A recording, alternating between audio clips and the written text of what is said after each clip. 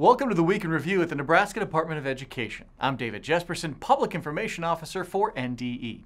Thank you so much for watching this brief update. The goal over the next few minutes is to fill you in on some of the news, notes, and events that have happened at NDE. And it has been a busy couple of weeks since our last review. We'll start with the Native American Summit November 6th. Commissioner Matt Bloomstead welcomed educators from around the state to take on the challenge of providing equity statewide and creating change in the culture at schools. Last week, 3 educators were celebrated at the Teacher of the Year luncheon. Governor Pete Ricketts joined the commissioner and state board members in honoring Michelle Helt from South Sioux City with the Teacher of the Year award, and Rachel Ann Burns of Omaha and Joni Ebel of Columbus with Excellence in Teaching awards. Michelle Helt then joined the 2017 Teacher of the Year, Amber Vlasnik, at the state board work session. Helt introduced herself to the board and thanked them for the opportunity she's looking forward to in 2018. And that was just the beginning for the board in a full work session.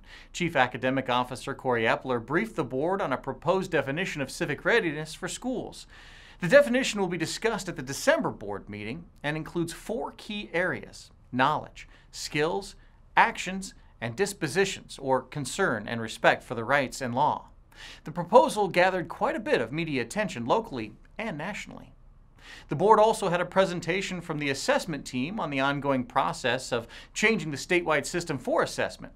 The board learned about the Nebraska Student-Centered Assessment System, or NSCAS, the new statewide system. Lane Carr also filled the board in on the 2017 Innovation Grant projects. Schools and districts have been using the money from the grants to enhance student experiences with career academies, enhanced learning opportunities, and personalized learning. NDE will submit a full report of those projects to the legislature at the end of the year. Another big success is Vocational Rehab's Youth Work Experience summer programs. The board got to hear about the second year of the project that serves 23 communities and more than 300 students with work-based learning experiences that are aimed to get VR students ready for life after school.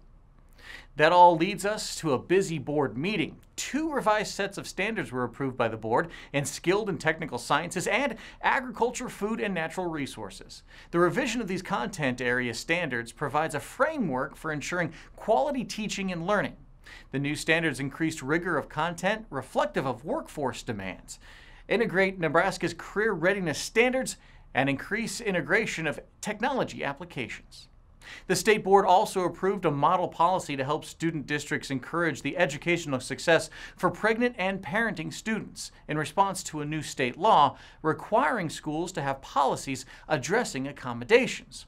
The model policy can be adopted by school boards across the state or used as a guide to create their own individual policies. The model policy requires schools to provide breastfeeding or pumping students reasonable space and time, excused absences for healthcare visits, access to missed schoolwork, alternative means to complete coursework, and any additional requested accommodations on a case-by-case basis. And finally, the board awarded grants to 11 schools totaling $1.8 million to help fund student support and academic enrichment projects.